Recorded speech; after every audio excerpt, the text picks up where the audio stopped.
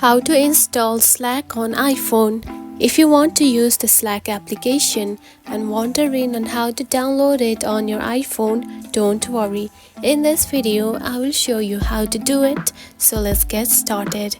First of all, open the App Store on your mobile phone, just like this. Then tap on to search button at the bottom. After that, tap on to the search bar right here. Select it. Now simply search for Slack and search for it. Now here you can find the Slack just right here. Tap on it. Now to download it, simply tap onto this cloud button. Select it. And if you are downloading the app for the first time, you will see the Get button just like this instead of that cloud button. Now wait for a few minutes and the app will be downloaded. Now you can see the app has been downloaded.